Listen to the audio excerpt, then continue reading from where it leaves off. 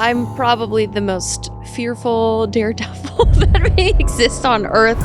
YouTube star Michelle Khare. Behind one of the most popular shows on YouTube, Challenge Accepted. In every episode, Michelle undertakes some truly absurd challenge that most people watching would never try and do. I find this fear very fascinating to confront. It's your willingness to walk through that fear that makes it so compelling. There's a difference between being daring and being reckless. Being daring is being bold with knowledge. So I would like to attempt to become the first woman to. My palms are sweating right now just thinking about this. I think the underappreciated aspect of what you do is your mastery over story. It's easy to look at your video in a passing way and say, oh, that's a crazy stunt that this person pulled off.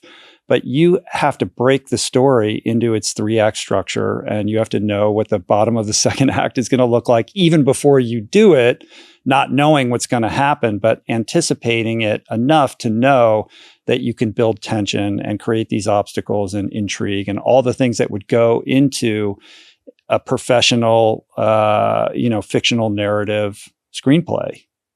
I really appreciate you saying that. That is so kind. I mean, it's a reflection of an amazing team effort, of course.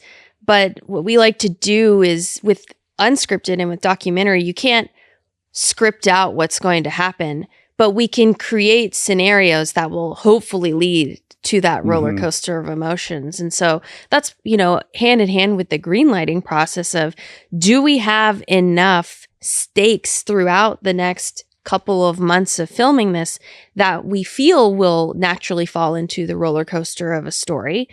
And sometimes along the way, we make adjustments. If there's not enough happening, okay, we need to increase the stakes of the final challenge. We need to change this. Or even you have to be at the mercy of where the story goes. So things change as you're filming and you have to follow that direction. Among the many challenges that you've accepted for the uninitiated out there, you went on a journey to get your black belt in 90 days. You've gone into the firefighting world. There was an experience of becoming a NASA astronaut, a Secret Service agent, a chess grandmaster, enduring a Navy SEAL Hell Week, being a murder defense attorney.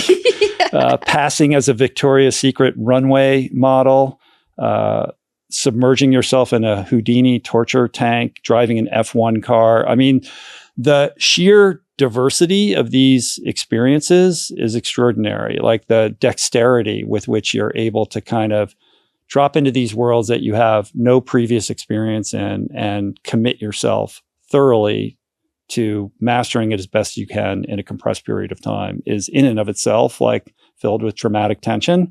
But I think another thing that gets missed is this notion that you're called like YouTube's daredevil, but that you're fearless. And that misses the entire point of the show, which is that you are afraid and that's why you're doing it. It's your vulnerability and your willingness to walk through that fear and have that experience that makes it so compelling. Thank you. Yeah, I'm probably the most fearful daredevil that may exist on Earth. Like I'm a very anxious person, and that's just my whole life has been something I have been a worrier, if you will. Yeah. Not a warrior, a worrier, WORRIER. And I think part of that is from this understanding and intimate acknowledgement of the sacrifice my parents made. My dad moved here from India. He gave up everything to give me a chance at a future and our family. And so it's something I take very seriously and have always, since I was a kid, this is why doing well in school matters. This is why committing fully to anything I do matters. This is why if I take a risk, there has to be an opportunity on the other side. And this show and this project were kind of the first time I had taken a risk outside of the natural career bounds of life. After just falling into that line of do well in school, go to a college, go to this, etc. But I appreciate that background because it makes me extremely resource aware of everything. I'm not hands off with anything. Yeah, it's a very that's another conundrum and an interesting tension, because you were raised and ingrained with this sense of safety and security being a priority, given your parents' kind of experience and story, but then being this incredible risk taker at the same time. It's like you're taking on extraordinary risk, but you're also de-risking it in a way that is, honoring your upbringing, I guess. And that is unique. Like you would think like, oh, you're just out there taking crazy risks. You're just this insane daredevil, but like you're thinking through every aspect of this and how this project or value proposition or welcoming this risk into your life is going to have benefits on the other side of it that are going to play to that need for security and safety. I think there's a difference between being daring and being reckless. To me, being daring is being bold with knowledge and acumen and armoring yourself as best as you can for what's moving forward. Recklessness is something I don't identify with. I mean, I think if I'm about to do a challenge and I can't explain to my Indian dad on the phone all of the ways that I've put it together and why I believe it's going to be a success, it's not something that I've actually researched enough, that I have prepared enough for. When we talk about something like the Mission Impossible stunt recreation, that's a team of engineers, stunt professionals. We had the team who rigged cameras to Formula One cars in the Brad Pitt Formula One movie, installing our cameras on the side of this plane. Wow. And that's why the journey of getting to that is slow, methodical, precise, because it needs to be earned. Mm-hmm. Otherwise, I am being reckless, and I would prefer to be daring. Has Tom Cruise watched this video? Do we know? Do we know? He must have at this point. Or Christopher McQuarrie, at least. I don't have confirmation, actually, that Tom has. I've not heard anything specifically, but I would like to hope that if he did see it, that I guarantee maybe he would have. Maybe he would have enjoyed it. Your video where you meet him at the premiere is interesting. Like he's a, right. He's just I'm obsessed with this guy. Not as much as you are, but like, as a personality, as a character, like his charisma and his like energy levels, everybody who's met the guy, says the same thing about what that experience is like. You had this moment with him where you got to kind of share with him a little bit, and we got to see that experience. But what was that like for you, like in person? They say don't meet your heroes. I don't think that applies to Tom Cruise. I think one of the reasons that I look up to him and many of the greats we talked about, like Houdini's, the Evel Knievel's, David Blaine's, they occupy a space that is one of one. And I find that really admirable and interesting. When you are with Tom Cruise, it's like you're the only person in the world who exists. The eye contact is so intense. And he truly listens. And I just admire that he gives 110% to every single thing that he commits to, that a yes from him is 1,000% yes. And I think that's why that project was so special to me. Was a lot of our projects are love letters to the communities and the people that I'm transparently a tourist in. I go to experience Secret Service Academy for a week, and it's very intense, and we get to tell their story, but I'm a tourist in their community for that time. But you're translating that foreign world, that experience for an audience. Like, if we do it correctly, what would it actually be like if you went through Hell Week, or you trained to be an FBI agent? Right. And so ultimately, if we do it correctly, it's educational piece, it's inspirational, and it's a love letter to the community who welcomed me in. So that's really what that project was for me. Is the beginning of my channel actually started because I didn't have much to offer at the beginning of my journey to collaborators, but I saw an opportunity to highlight and elevate the stunt community because they never get the spotlight. And so at the beginning of my journey, I was sending DMs to like the stunt double from Spider-Man, from Batman, from all of these epic series, asking, would you train me for a week? And then can we do a project together? And many of them fortunately said yes again, because they don't get the spotlight. So my love has always been for elevating these people behind the scenes who are a part of that superhero identity and caricature. And so really it's a love letter to Tom Cruise, of course, but very specifically to the stunt community. When you began this, did you have any sense that it would mature to this kind of place? I definitely, at the beginning of making stuff on YouTube, always had a vision of wanting to make a proper show.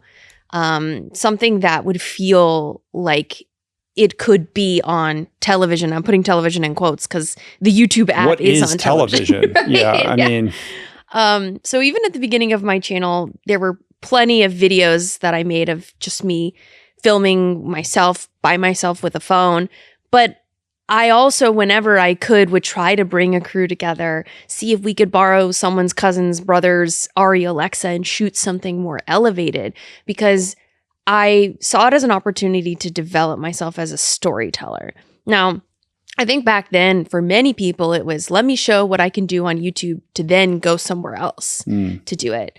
But what I found really interesting was finding that Venn diagram overlap of what would perform well online, but also bringing high production value to it whenever I could, even with very few resources available to me. And while I don't think that was necessary for something to perform well, it was exciting to learn how to command a crew, how to truly produce, how to manage many people on set, and also how to create something bigger. Because ultimately, what I was hoping to build was just a resume of what I could do with any resource provided to me. Your magnum opus is really this replication of Tom Cruise's Mission Impossible stunt hanging off the side of a C-130 as it's like taking off and flying around. It's such a compelling, what is it, like 40 minutes long? You can't turn your eyes away from it at any moment. The storytelling is totally on point. You clearly understand storytelling. And the production value is equivalent to a primetime major network broadcast television show. It's absolutely indistinguishable from something you would see on television, except it's on YouTube. You did it yourself with your husband and this amazing crew that you're always bringing your crew into the conversation around what you're doing. And you're basically operating not just a production company, but a startup. And I listened to your podcast with Tim Ferriss, and you very much have this entrepreneur, like startup leader. I know your husband is the CEO, but like this leadership, like how do you create an organization that can function at the highest level? Yeah, I mean, it's by necessity. I don't think I'm a person who like woke up and was like, I can't wait to make a startup and, and let's go do it. It was more that I saw that there was one path that many people have followed in for decades, which is become an assistant in Hollywood, hope that someone sees your work, hope that someone extends their arm down to you and pulls you up the rung of the ladder. And I just knew pretty immediately after having a little bit of experience in that world that I would not succeed in that. Why not? I don't think because I'm too impatient. Honestly. Enough with the mailroom. Well, no. I mean, you did that though. I did. You were at DreamWorks and you were at BuzzFeed. Like you cut your teeth in, kind of the traditional way initially. And I think those skill sets are important. I mean, you always know when my husband Garrett says, like, you can always tell when someone hasn't worked in service or been an assistant to someone else, and that it impacts your leadership style effectively. And so I think those skills were so important. I loved PAing. I actually loved assisting, but I knew that I would become a specialist in supporting more than actually forcing myself to develop my own creative voice.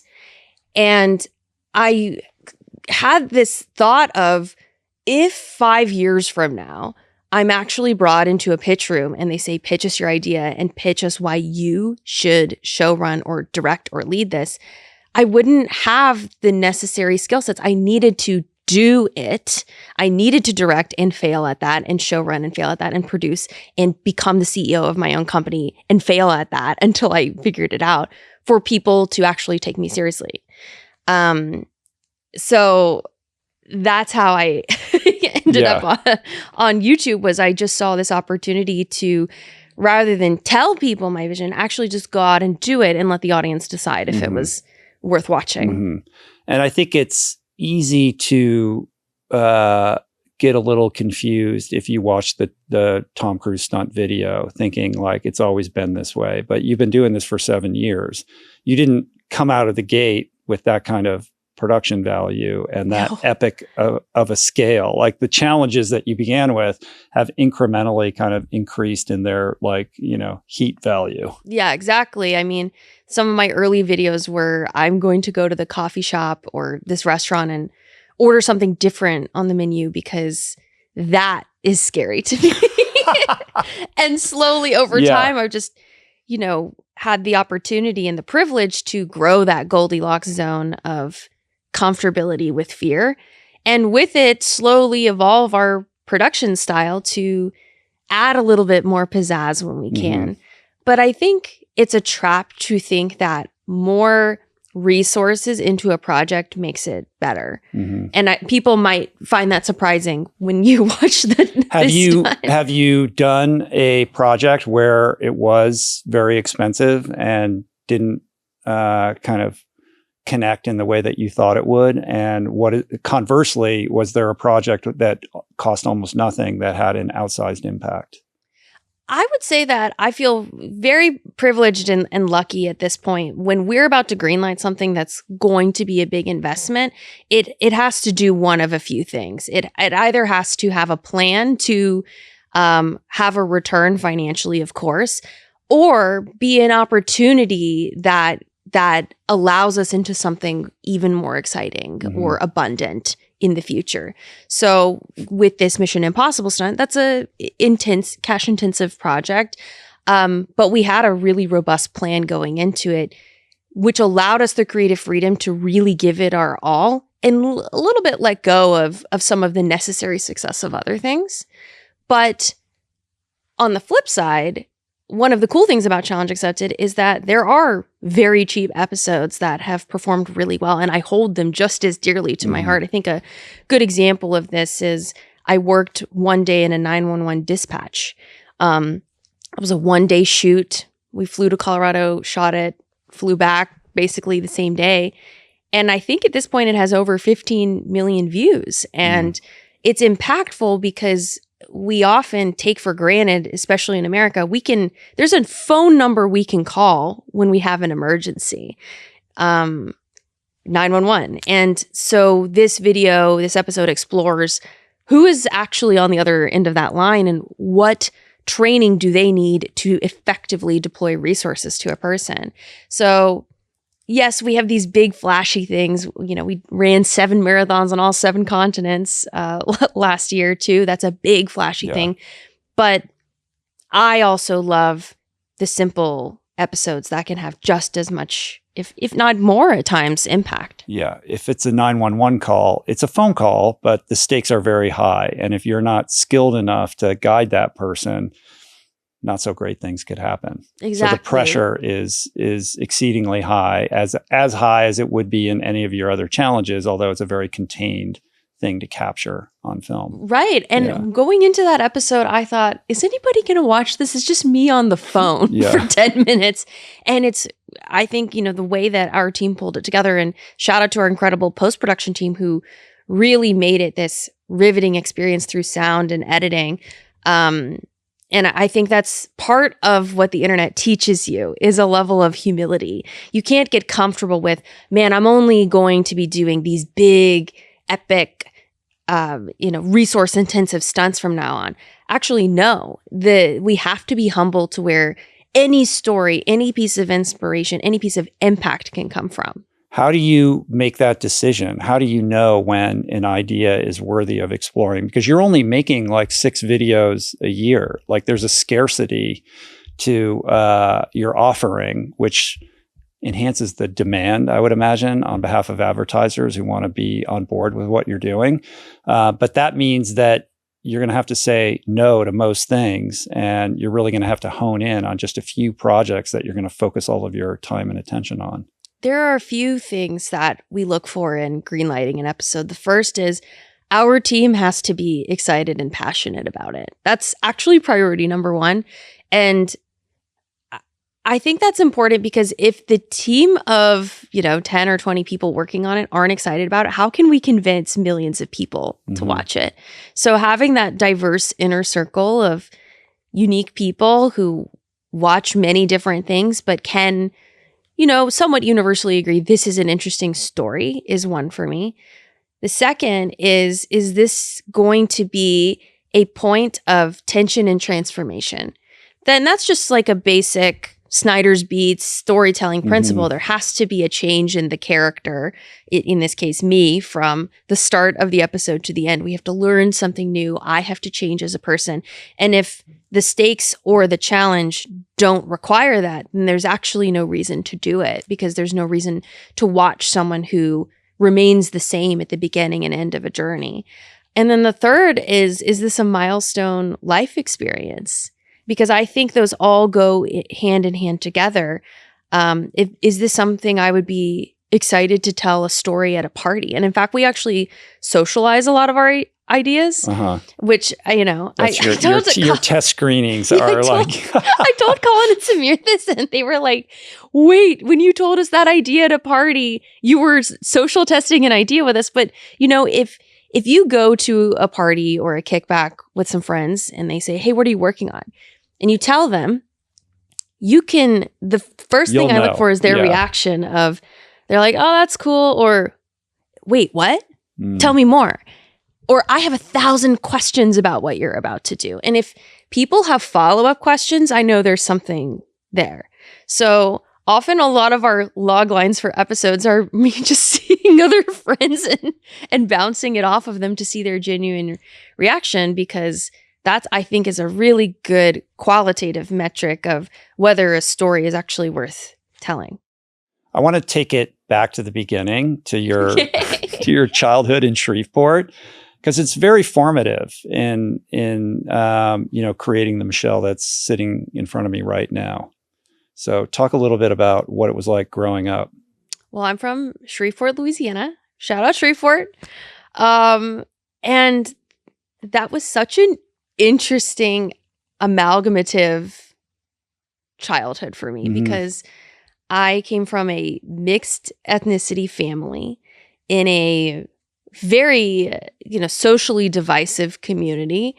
There were not many Asian people there, and there weren't many resources available. And what I mean by that is, if you wanted to learn about film or arts or anything, it was kind of whatever you could find on the internet and maybe in a club at school. There wasn't much exposure to anything outside of our community. It was a bubble in many ways. And I have the experience that I think many people have, which is not fitting in, not feeling a part of that Southern Cajun culture. But something really cool happened when a tax incentive came to Louisiana for filmmaking. So all of these Los Angeles crews started filming movies and television shows in our backyard. So it became this really interesting economic and artistic renaissance for our community where, you know, the local store owner is now an extra in this vampire show on ABC and stuff like that. And it was really exciting for our community. So I got to experience being an extra, being a production assistant, and meeting all of these people from outside of our community who inspired me and opened me to other types of way of life, of understanding the technicalities of how a visual story is told on a grand scale.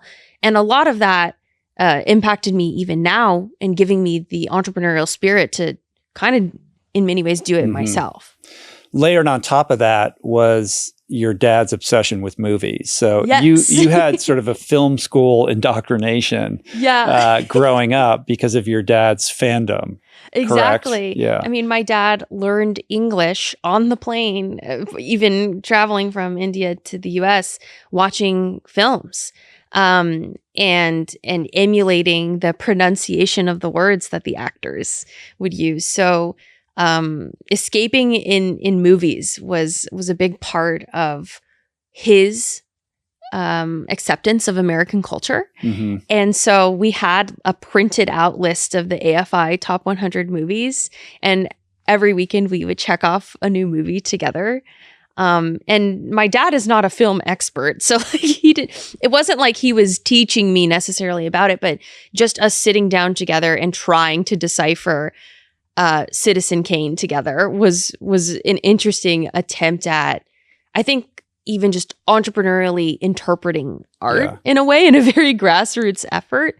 And because there was nothing else to do in Shreveport, we spent every weekend at the movie theater. So I saw every movie that came out, even like good movie, bad movie, Oscar movie, B-side, romance, every single movie that came out, I saw it. So that's a ripple in the traditional immigrant story that creates an opening for you to explore this world instead of just being focused on being a doctor or an engineer or a lawyer. Like, is he thrilled that you're doing this now? Like, or is it still like you can still go to med school? Well, and you're like, well, I made a video. I went on ER rounds with Dr. Mike. Yes, I did do that. He did enjoy that episode. Okay. He really enjoyed that. I think that at the end of the day, something I've come to learn in adulthood is that frustration I had felt, and I think many immigrant first generation kids feel, of like the doctor, lawyer, engineer of it all. It's really the true root of that is a deep love and desire for stability, specifically because the people who are telling you to become the doctor, lawyer, engineer are people who intimately understand instability, and in a very, very real way, not just financial hardship, but socioeconomic tension and how that impacts a family. And so as an adult, it's very easy for me to understand that now. Hard growing up. But again, what it forced me to do is, okay, I'm not just going to quit my job and start a YouTube channel and hope it all works out because I'm ambitious and I'll figure it out. I had a 9-month plan, and that's because I grew up in an environment where I was made acutely aware of having a plan A, B, C, D, all the way through Z. So I'm grateful for that because it does make me a better risk taker now. Fasting has been a recurring and very popular topic on this show. And over the years, I've hosted so many experts on it, more than I can count. And the through line is always the same. The benefits are real and evidence-based, but actually doing it is kind of hard. Well, Prolong gets this, and it solves this problem for you. It's a 5-day plant-based program, soup, snacks, beverages, designed to keep your body in a fasting state while you're still eating. All delivered to your front door in a beautiful box of fasting benefits without all the suffering.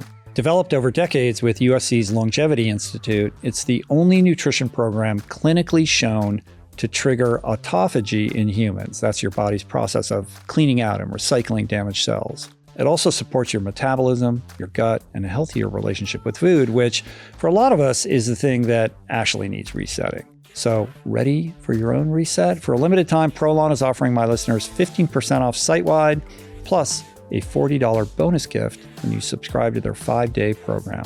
Just visit prolonlife.com/richroll to claim your 15% discount and your bonus gift. prolonlife.com/richroll. This episode is brought to you by Squarespace. Building something online is one thing. Getting people to actually find it, well, that's another. And that's where most people quietly stall out. You make the thing, you put it up, and then crickets. Well, this is where Squarespace really earns it. It's the all-in-one platform for building your site and growing it because it's got all the SEO tools built right in, meta descriptions, an auto-generated sitemap, all the behind-the-scenes machinery working so that when someone searches for what you do, the internet actually delivers them to your doorstep. You don't have to understand any of this, it just runs. And once people are showing up, you can do something with that. If you make content, courses, videos, tutorials, and membership, Squarespace lets you put it behind a paywall and earn recurring revenue. Set the price, choose one-time or subscription, done. Your expertise becomes something that pays you back on repeat. Get found, then get paid for what you know. Not a bad combination. Head to squarespace.com/richroll for a free trial. And when you're ready to launch, use offer code richroll to save 10% off your first purchase of a website or domain. This episode is brought to you by Whoop, the wearable health and fitness coach that for 5.5 uninterrupted years has delivered me tremendously valuable, highly personalized insights into how my habits impact my sleep, impact my recovery and stress levels so I can up-level those habits and make more informed decisions about the strain I impose upon myself. It keeps me on an optimal growth trajectory and sets me up to show up as my best self more consistently, which is even more urgent for me these days as I rebuild my body in the aftermath of spinal fusion surgery. And one of the key lessons Whoop has helped me learn is that pushing harder isn't the answer. It's knowing when not to, and humbling myself to hold back when my instinct is to hit it like I always used to when I was 23 or even 43. All of which is a long way of saying that Whoop saves me from myself by decoding my body's reactions to my decisions. Now I adjust my training and my work output to ensure I don't exceed what my body can absorb. By knowing when a hard day is the right call and when the right call is rest. By doing that, I've actually accelerated my recovery because I'm not breaking down, and that's really priceless. So try it for yourself. Go to join.whoop.com/roll for 1 month free of Whoop. You have a huge motor. You're very internally motivated. You were a star student. You went to Dartmouth. You didn't just go to Dartmouth. You also were on the cycling team there. You later went on to compete as a cyclist when you were working for BuzzFeed full time. You became a professional cyclist. You were doing Taekwondo. Like you're an athlete, full stop, like at a very high level. So academically ambitious and accomplished, athletically accomplished, at an Ivy League school. The traditional route would have been, okay, what's next? McKinsey or whatever. And you end up with an internship at Google. Tell that story, because I think that's also like a sliding door moment for you. Well, when you don't go down the doctor, lawyer, engineer path, it becomes, okay, can you go into tech? And I think I saw it originally as, here's the hip, cool version of a stable path forward. You just know if you get a job at a place like that, I think it's going to be okay. You're going to be okay. You're going to have a 401k.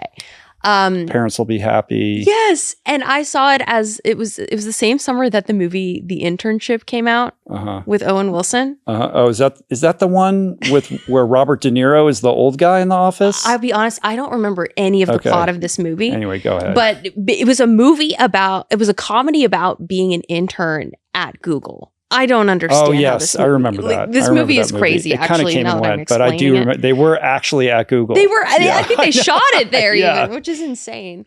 So it was the same summer that came out. And at that time, it was this sense of, this is the cool way to have stability.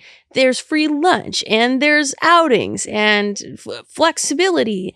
And so I was curious about exploring that. Now, what ended up happening is while I was there, I got to see a little bit of the behind the scenes of YouTube, which was acquired by Google, and learn more about this emerging platform, and was so interesting to me.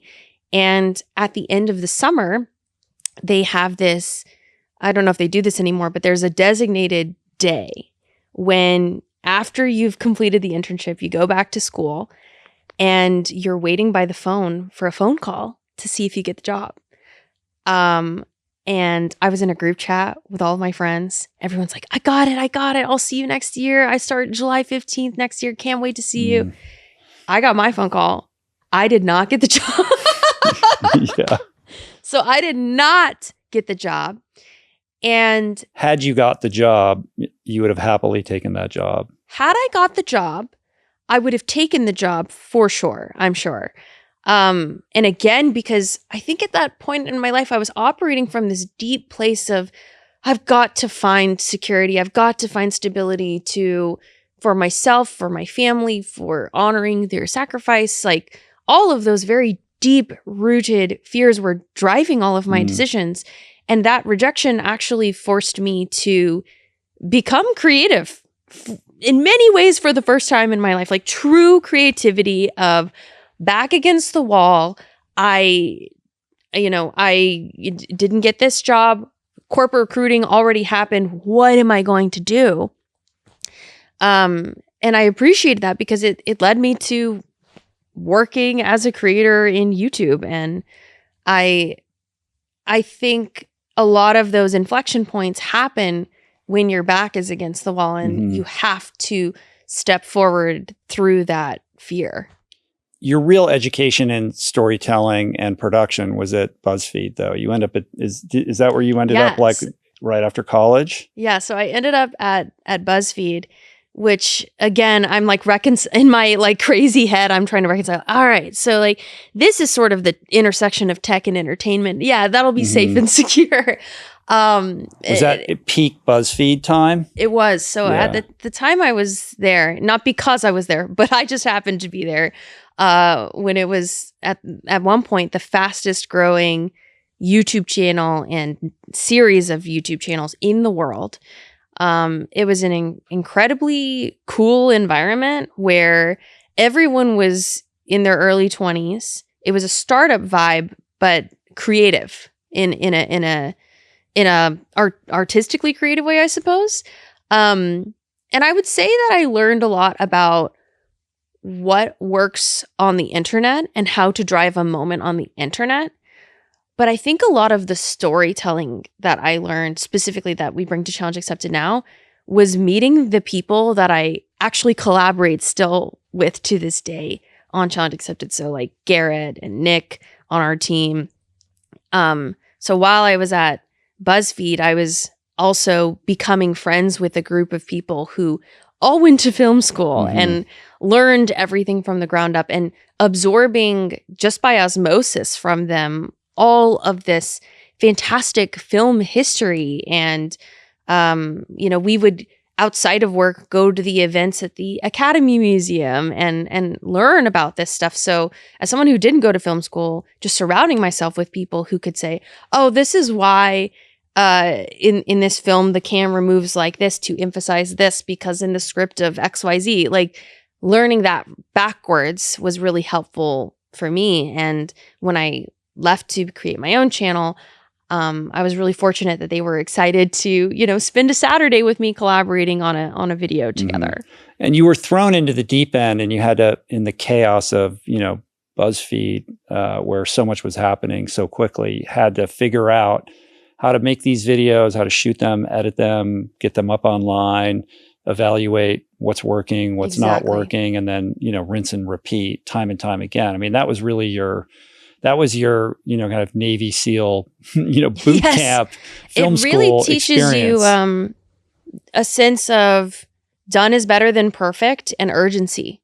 we were required to deliver a certain number of videos per week, plural videos per week, long form YouTube videos. I mean, this was before short vertical video was a thing. And we were required to ideate, script, shoot, edit, direct, cast, the whole nine. But it was always about meeting that quota and hitting that deadline. And sometimes that pressure led to incredible outcomes. Sometimes a lot of, people experienced fatigue and burnout from that. But I really appreciated, you get your hundreds of reps in there of learning what works and what doesn't. And ultimately, even though the business model of our channel and company now is in many ways completely opposite to that because it's scarcity more than anything, it comes from a place of moving when something matters. Yeah. And I never want to let go of that. So given this appreciation for stability that had been instilled in you, what was the journey towards like releasing yourself from the corporate, kind of womb and like going out on your own? Like, how did you make that leap and reconcile that desire or that need or that appreciation for security to venture into a world where there was very little of it?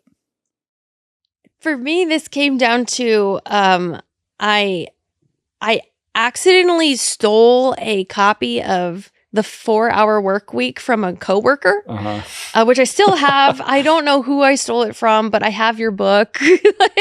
Hit me up. I borrowed this from a coworker and I read the book and it was really impactful to me. I mean, when you read some of that, when you have your first couple of experiences reading nonfiction literature, I think it really opens your mind. And I appreciated how Tim very clearly laid out, here is a plan for how you could start your own company or create autonomy for yourself. And while I didn't apply necessarily all of the principles, I did a fear setting chart. I made a plan 9 months before quitting my job of what to do. And it was very simple. I moved into a studio apartment with a roommate. I cut down a lot of my living expenses. I forced myself to make videos every weekend, even if I didn't post them. I needed to socialize and prove to myself that I actually cared about this thing enough to warrant leaving stability, leaving the nest. But at the end of the day, I think, again, it came from a sense of I felt that I had plateaued in this position, that I had learned a lot, but I wasn't actually challenging myself, and that if I wanted to get to where I ultimately needed to go, the fastest way to get there was to take a big jump. So by lowering your overhead and right, like whatever realizing overhead I had, like, okay, I don't need all these, like I can live like leanly. I can stretch whatever savings I have, give space for taking a little bit of a leap, taking a risk. Talk a little bit more about the fear setting idea, like whiteboarding out your fears and really kind of confronting what those were at the time. Exactly. I knew that when I left my job, I had a couple months of savings, but I also understood if I get this many views, theoretically, I could make it this much in AdSense, and that could cover this, this, and this. So at the beginning, my model was make the best thing I can to garner viewership and really serve the audience. And hopefully I'll see at least like living expenses covered by this thing. Some of those key fears I had were running out of money. They were the shame component of, I've seen at that point other people just in general in my life leave their jobs for an entrepreneurial venture and completely fail. There was fears of just, embarrassing yourself online. I think that I've heard other people say this, but the barrier to entry of success is a mountain of cringe. Mm-hmm. And so I think when you're young, there's this feeling of, man, if I'm out here trying publicly where everyone can see me online, if it's not going well and nobody's watching, everyone's going to talk about me behind my back. Right. So like all of these things that like you and I know absolutely don't matter now. And this notion like she went to Dartmouth. Like, what is she doing? You could be, it almost makes it worse. I mean, the fact that you have this education means that you probably, even if it didn't work out, you could probably go get a job somewhere. Like you're going to be able to get hired. There's a built-in kind of internal security system to that.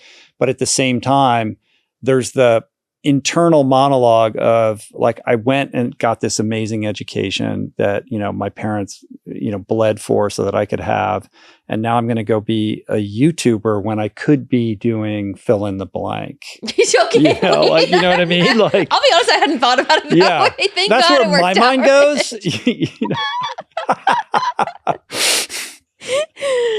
Or you're like my classmates are doing this and sure. I'm here like trying to build a YouTube channel. Mm-hmm. Yeah. Yeah. Before, I mean, because this is before it was it was before it was known that it could be.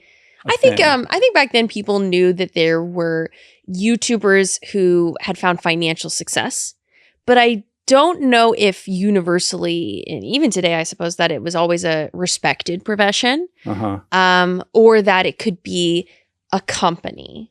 I think that there's been a big shift in the past few years, at least, of understanding these business models are fully fledged production and IP companies. Yeah, you're running an entire enterprise. You're running a studio, basically. Exactly. But that wasn't really the idea 8 years ago necessarily. I mean, not that there weren't examples of that, but it wasn't the way it is now. Right. Exactly. And that's why I think part of the fear setting methodology was helpful to me, because I gave myself a deadline. I said, I'm going to give myself 3 months to really make this work with this game plan. And if it doesn't, my LinkedIn is up to date. I'll call around. I'll make it work. I don't think I felt like I would be fine, but I was telling myself I had done enough. And then just going in with the knowledge of these are the 3 months that are not a gift to me, but these are the 3 months where I prove to myself and to my future that it's a worth, like I can step up to the plate. It's on me to actually find success. And I think taking ownership of it's on me if the video goes up this week. It's on me if it does or does not get views. And if it doesn't get views, it's on me to interpret the data and learn from that and grow as a better storyteller. It's on me to make sure that when people collaborate with me, they're paid on time and effectively. Everything, I think, that massive responsibility was very heavy and scary to do alone when I didn't really have any other peers who were doing something like this. But also it gave me empowerment to know that if this doesn't work out, there's no one to blame except for me. So it's on me. The agency is exciting, but daunting at the same time. So daunting. Yeah. To backtrack a little bit here, I mean, we kind of skipped over the fact that you were a professional cyclist. Our overlap. Yeah, so you're working at BuzzFeed and somehow you're competing as a professional cyclist on the BMW team and traveling every weekend to, what were you racing, crits?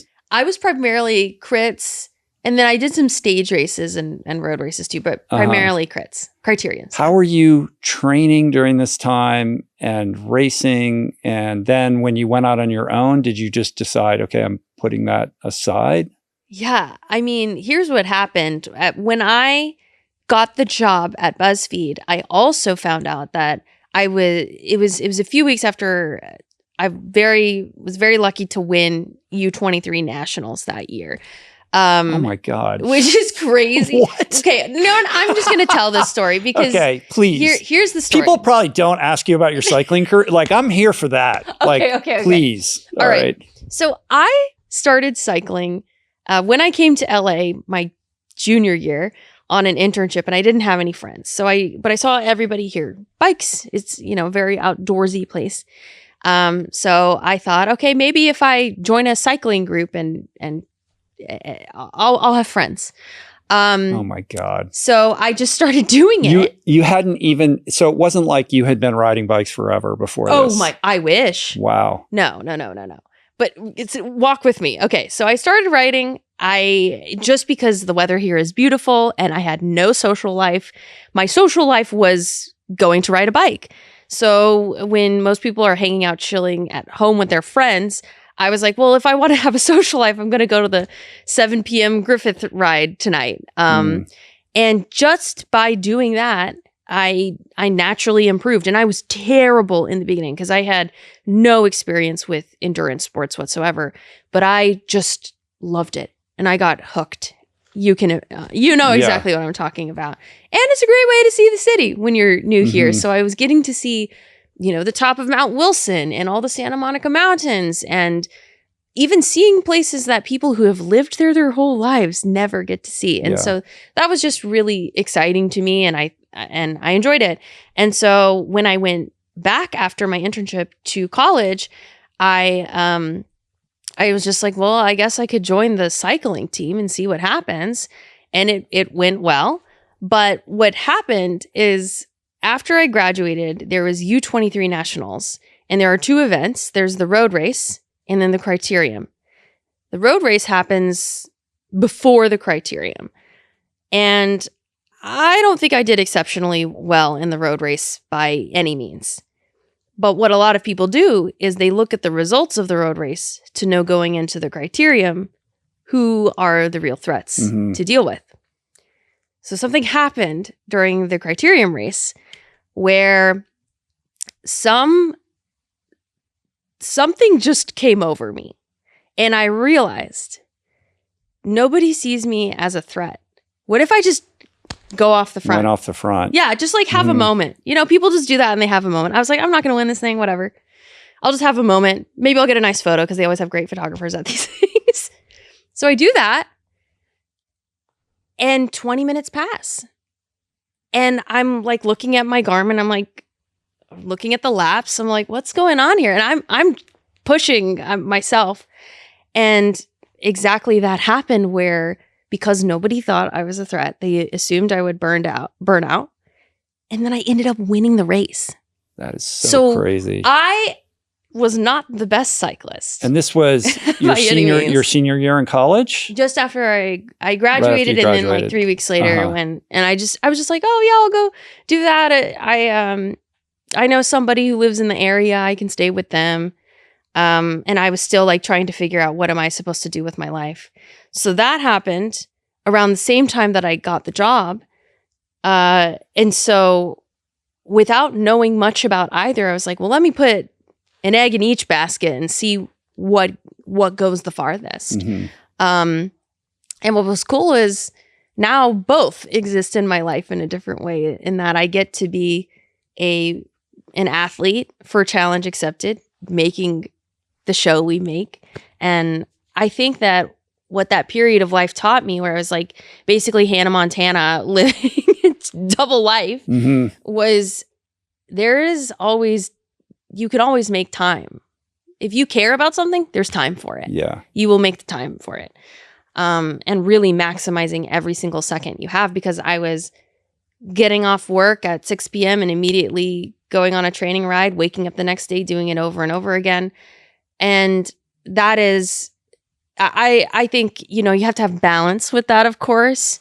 But it really taught me how to maximize my time and make time work for you.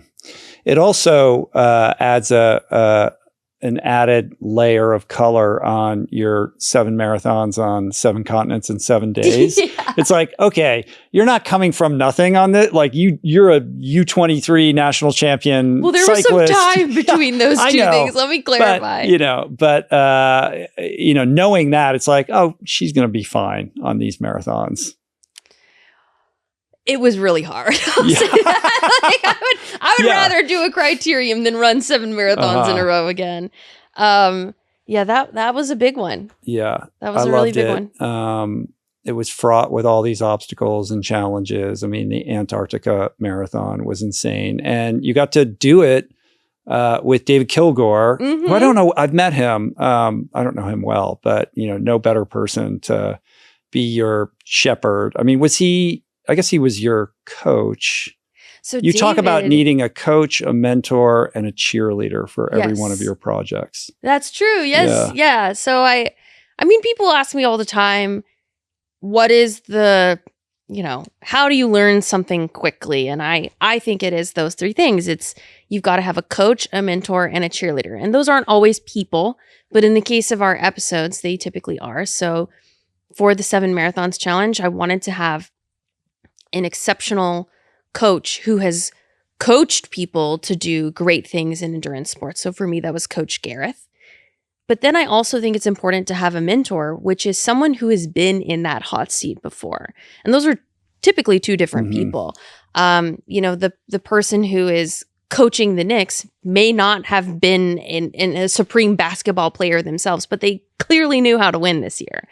And so the mentor figure for me is, in this case, David Kilgore, who has not only done the 7 marathon experience around the world, but he's won it before. And so that differentiation is important because you want a coach who knows how to teach, and you want a mentor who can relate and empathize to, I know what it feels like to be shivering in Antarctica, questioning how you're going to run 20 more miles. That relatability is important, especially when you're going after something big. If you're taking a big risk in life in anything, I think there's a sense of aloneness that comes with it. Because if you're really stepping outside of your comfort zone, most people don't in general. So that's important. And then the third role is the cheerleader, which is the person who just loves you no matter what the outcome is. And I think that's really important because it connects you back to planet Earth in a way of reminding you of the gratitude, and also that you will continue to have support moving forward.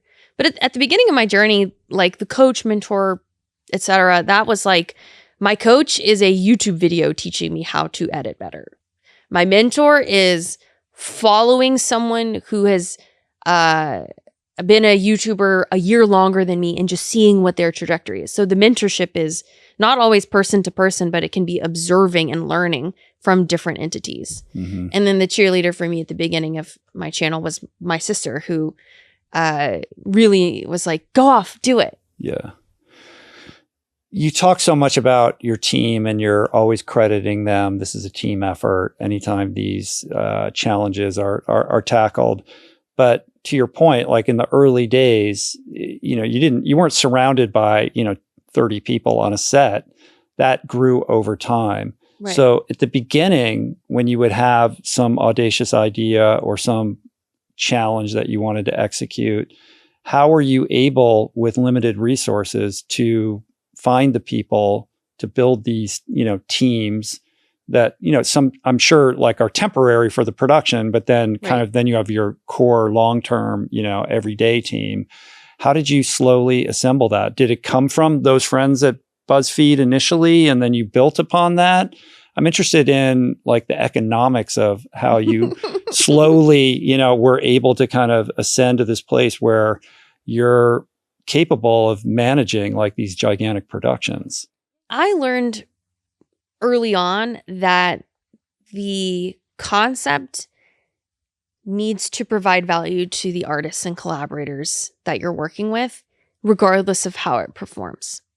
So for me, for those early projects where we would have a crew of 15 or 20 people pretty quickly out the gate of starting my channel, even if the offering, even if I couldn't always provide financially in the way that people may have been used to, I was able to find ways to allow them to express their creativity in ways they don't get to do on traditional film sets.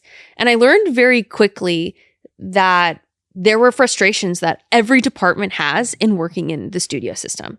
And so I thought, okay, well, there are very simple ways I can provide comfort and value that aren't always financial. Here's a very basic example. If you work on a big set, there's typically just general catering. Oftentimes, people forget dietary restrictions, they forget vegan, they forget all of this. And so I thought, okay, I might not be able to afford the nicest catering, but I can allow everybody to choose exactly the order that they want from Chipotle or wherever we're ordering. And that small gesture is just an example of many ways I was able to identify what are solvable pain points in your other workplaces that I can fix in mine that at least bring joy to the creation process. And those are things that we still do today. Like, I think that if you are a producer bringing a crew together, you're a party planner. You want people to have fun working together. You want to create a space that has joy when you come to it. And if it doesn't have that, then I have failed as a producer.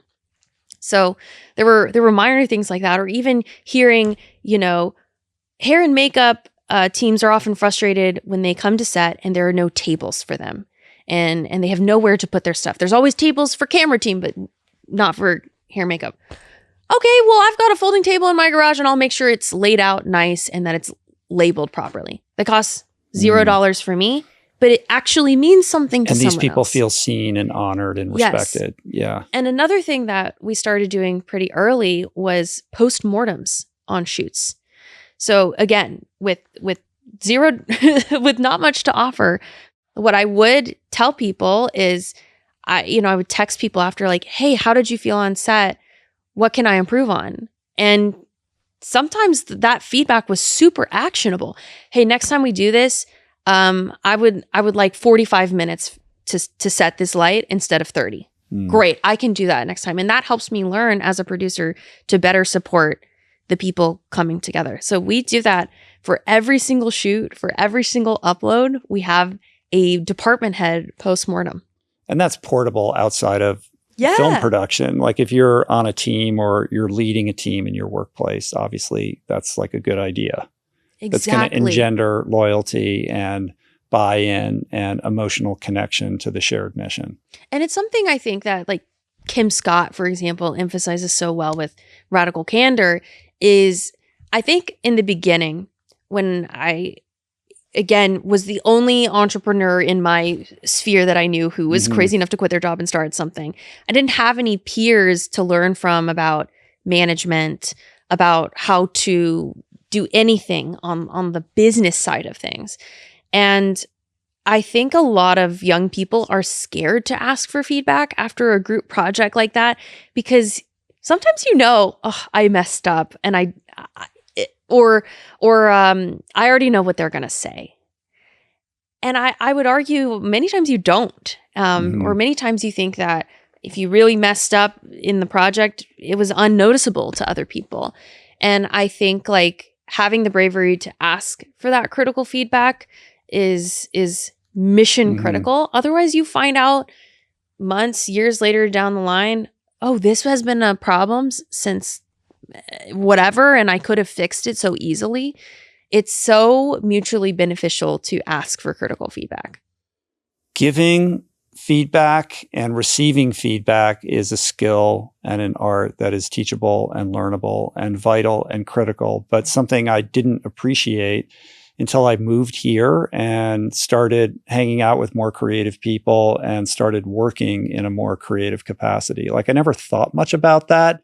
It was something like, whoa, I don't want to hear, like, I hope it's good, but you don't really value how important it is to be able to be open to constructive criticism.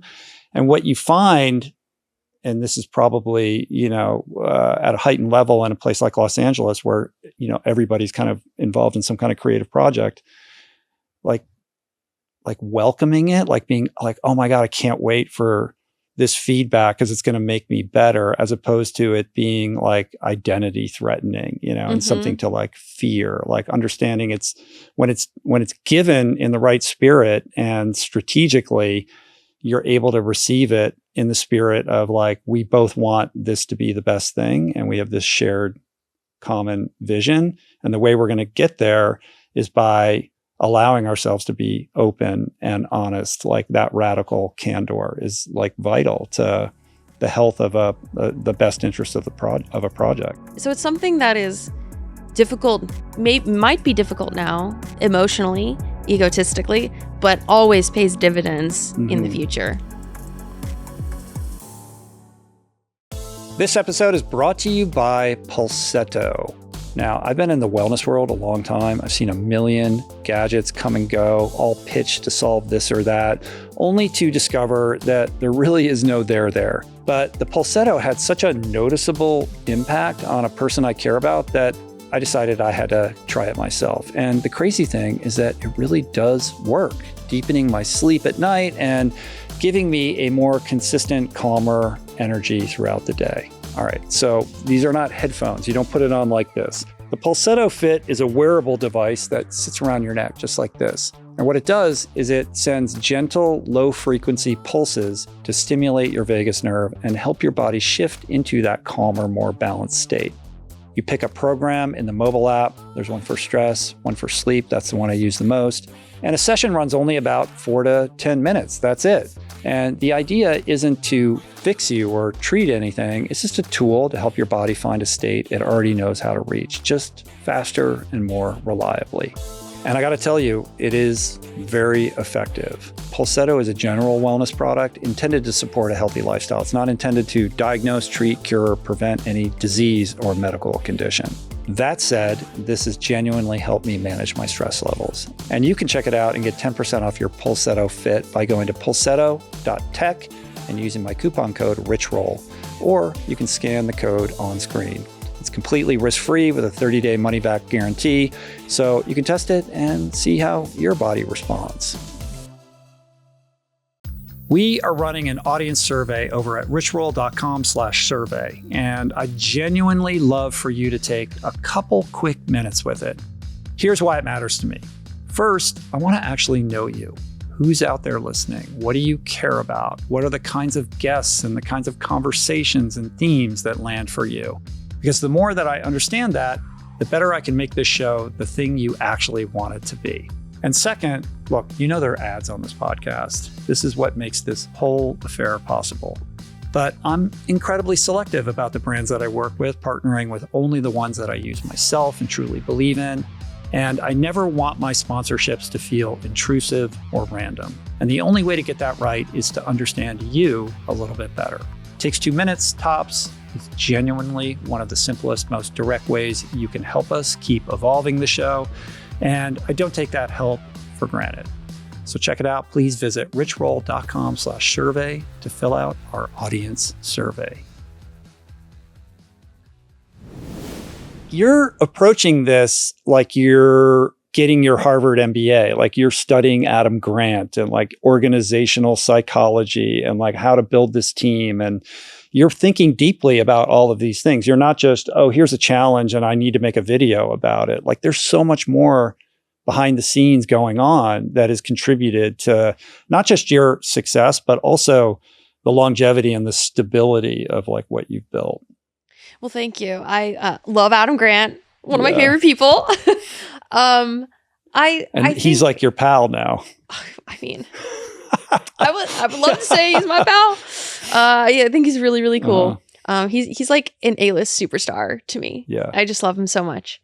I think something that I had to learn and unlearn when I started my own endeavor was the concept of slowing down when I saw all of my peers speeding up constantly. And I mean, I'm very grateful for the success we've had, but our trajectory, and you can look at the data, it's been slow and steady growth, where some of my peers have experienced massive J curve. And that's because they went in the camp of this is working. We got to go, go, go, go, go. But I also saw that at a certain point, they hit a mass where they had no infrastructure. They hit burnout. There's like financial troubles. And so every step along the way, I've just honestly been lucky to be surrounded by people who said, actually, wait, let's think twice about that. Let's consider this. This is not just a video. This is going to be online forever. What is that? Asking important qualitative questions that led to quantitative success. But you have to sometimes sit with that pain of watching other people really go up the roller coaster while you are marinating in this sense of, I hope one day people understand this vision for prestige television on YouTube. And that's was that always from the beginning, the vision? Like, I want to create like the highest quality television worthy type of content, because all the incentives in your space were more, faster, crazier. And you are in a genre where, like challenge videos, it's like, okay, well, every new video has to top the one before. And there's an acceleration, to your point, of like people burning out and flaming out. Like, we've all seen people who were big once and you're like, what happened to that person? They're gone.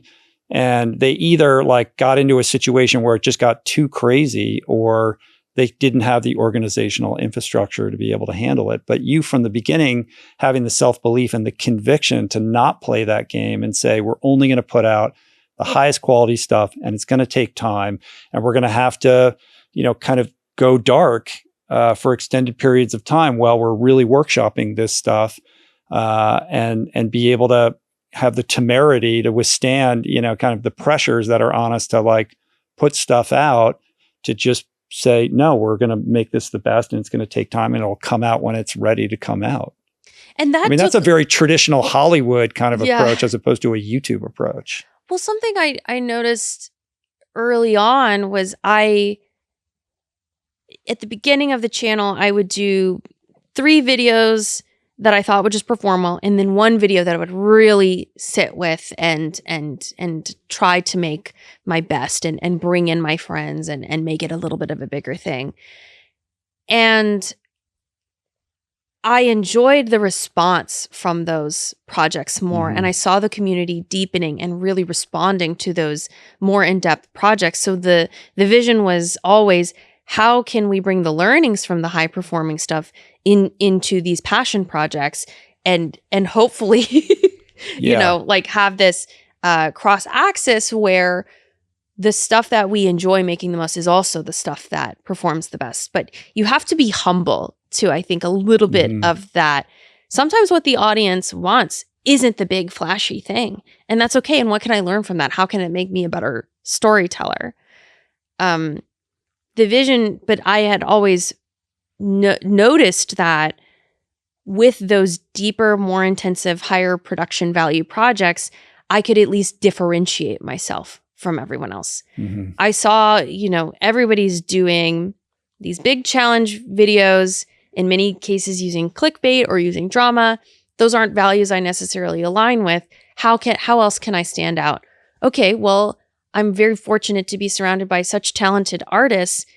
This is how we can stand out, is our teamwork here. So it might not always get the most amount of views, but if we do it right, we can create something that does have a high impact on people and a deeper touch point to the heart. Because at the end of the day, what I think a great episode does is helps people emotionally rehearse courage. And if we haven't done that, despite how many views that piece may get, it's not actually a success.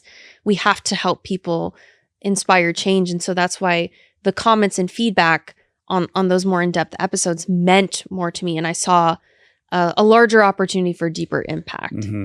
You're playing the long game always. You have your eyes on a very distant horizon where so many people in the creator space are chasing trends and creating from a place of reactivity. Like, what's hot now? We need to do this.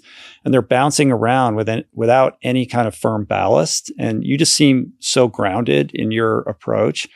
And there's something beautiful about that. We've lost the appreciation of the artist who disappears for a couple of years, the Quentin Tarantinos, even, Christopher Nolan's and, the Rolling Stones, whoever it is, like they're not like making TikToks every day. Like they're working on mastering their craft, and they'll come out with something when it's ready to show you. And when they do, it impacts culture in an exponential way as a result. So within the kind of context of the creator economy, where the pressure is, you should be posting more and you do this, it's creatively draining, it's exhausting, and you're not putting out great work. You're kind of like on this hamster wheel. So of course people are burning out or getting tired of it or losing their enthusiasm for this medium. And you creating fewer pieces of content that are more durable and really thoughtfully conceived and conceptualized and executed on gives your projects this longer tail, but also establishes you at a different kind of tier that is starting to look more and more like traditional Hollywood. Like we're coming full circle in terms of what's happening. It's like, okay, podcasting was cool because you could just buy a mic and do it anywhere. And then it became a video thing. And then everybody's making their own public access TV show. But now you have to create a network television show in order to be competitive. And we're seeing podcasters who have gigantic staffs of people, and they're functioning as if it's the Oprah show, and that's what you need to do in order to be successful. And so it's incumbent upon the creator to decide, like, what kind of game do they want to play? Do you want to be in that world? Is that what you're doing? What are you really about, and what's your mission? I'm not saying any of these things are wrong choices. They're just not for everybody. And when you're making those decisions based upon what everyone else is doing, you're not looking at the white space and what people aren't doing yet that suits your integrity and like your vision for, and your unique, like what you can uniquely offer into the space. And you seem to have like a lot of clarity about that, I guess that's a roundabout way of saying that. I mean, if I had it my way, we would release far more episodes of Challenge Accepted per year. Mm-hmm.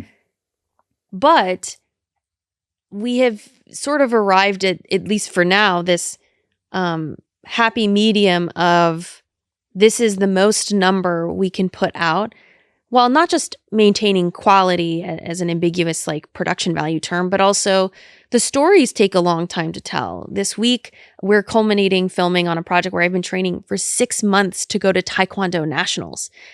That story can only be told by me actually training to go to you can only expedite that. You can't compact that into a week long production schedule, which is what you would have to do if you were doing that project with ABC or Netflix or Amazon. And that's important to me because at the end of the day, the viewers want to see a dramatic transformation in me. They want to see commitment. And that is only earned, unfortunately, through a lot of time put into something. So we have to do a balance of longer term intensive projects amidst projects like the 911 dispatch that have just as much impact, but are only filmed in a few days.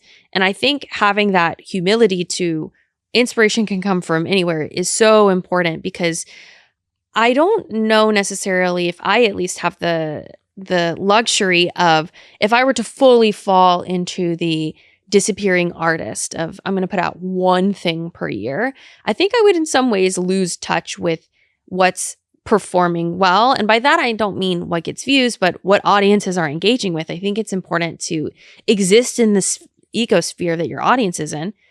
And then on the other hand, I know that if I had continued on the rat race path, I wouldn't have differentiated myself. Early in the conversation, you talked a little bit about this idea that, several years ago, somebody might get into YouTube because it would create some visibility for what they're doing that might lead to them getting a television show on a cable channel or a network. Now that's been reversed. It's been flipped upside down. I would imagine there's very little that a Netflix or an Amazon or a Hulu could offer you that would make you want to do something with them. It would have to be a unique value proposition because you're commanding an audience that's larger than what they have. And so would you do something with a streamer or a broadcast network? And what would they have to be providing you in order for that to be interesting to you now? It's such an interesting conversation because we are seeing content creators get huge exclusive deals at Amazon, at Netflix, at some of these big streaming. Like Mr. Beast did his show with Amazon, so they made it worth his while. And I think you look at an example like that and see what Jimmy did was one of the most cash intensive, I think the most expensive unscripted reality show that's ever been done. So I think there are always ways to elevate and expand. And I think more than anything, like more than money or opportunity or whatever, I just want this barrier between the two worlds to go down. Because to me, it's been such a silly, arbitrary pencil of a line. And that's why the work is important to me.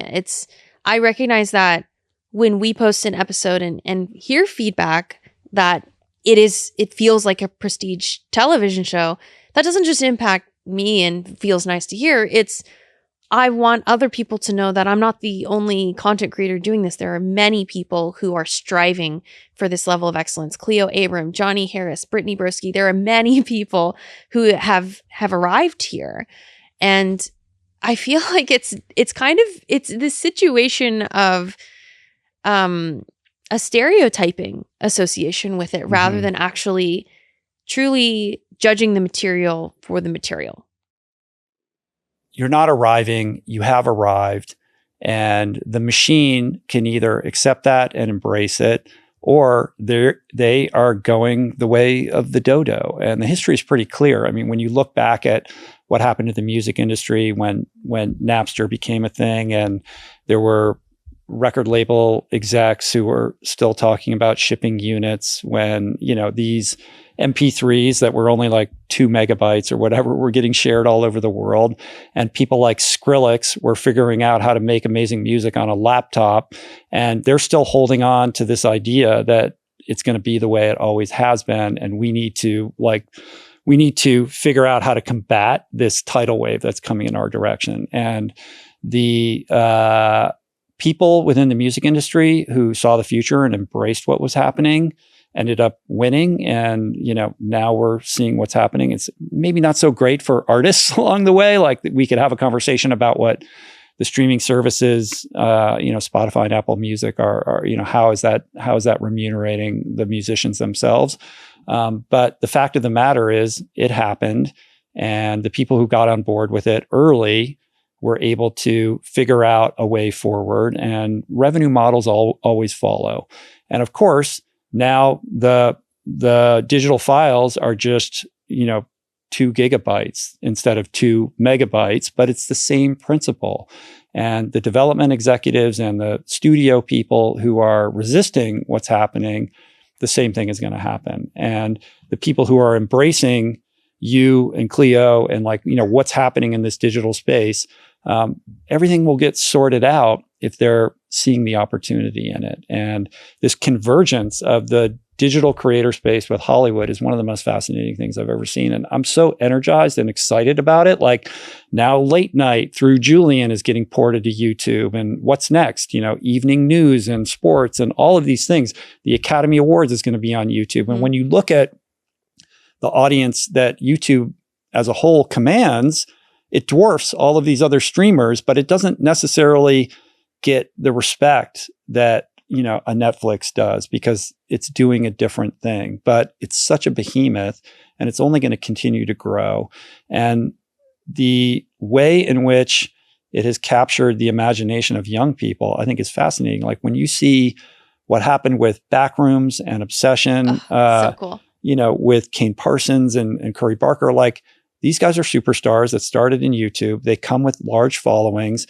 They're so young, and they're making their first features at a level that somebody who has been directing films for 20 years would hope to emulate. You know what I mean? And I have a 19-year-old daughter, and like she's more excited about going to the movies to see these films than anything else. Like she loves documentaries, but she doesn't necessarily know who Morgan Spurlock is or even Shane Smith for that part, but she will never miss an Andrew Callahan video. She's watched every Channel 5 video. And I think like seeing this generational shift of these young people who are reinventing these mediums and speaking in the language of their generation and how that's connecting with young people, all of which was germinated on YouTube, I think is just absolutely beautiful and fascinating to watch. And you're very much, part of that story. I'm really excited that it's happening. It just feels really exciting to me because you mentioned earlier when you were talking about the process of making a show in traditional, it's like a dissertation. That's a Wikipedia entry of paragraphs of steps you have to take. And I think about how much great art has been left behind because someone along the way didn't respond to an email, and that massive chain of events that have to happen for success to happen.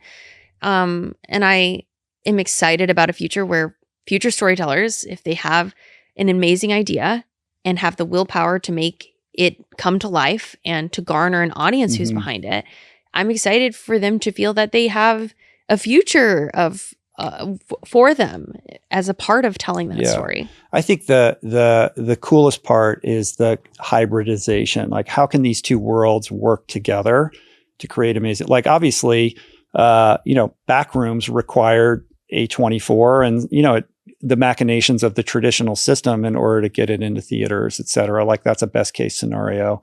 In your case, I could see you tackling some really crazy challenge that you're accepting, but doing it live streamed on Netflix in the way that Alex Honnold climbed the Taipei 101 tower so that it becomes really a water cooler moment for the globe. And that's maybe something that you couldn't do on your own. Like, there can be situations in which that makes sense for you, and you can continue to be this independent creator and dip into this other world when it makes sense and both parties are benefiting mutually from that. I think there's just so much to learn from them. I mean, we are fortunate to get to draw from decades of Hollywood history of how to technically make a piece come to life on video. And I anytime we get to collaborate in any capacity with a production company or a studio, it excites me because I get to learn. And I think what's exciting is it seems like these parties are excited to learn from us too. Yeah. And in the meantime, you get to do productions where you can tap into the craft community and maybe get the guy who's been assisting the famous cinematographer and say, you've been doing this long enough, I'm going to let you shoot this.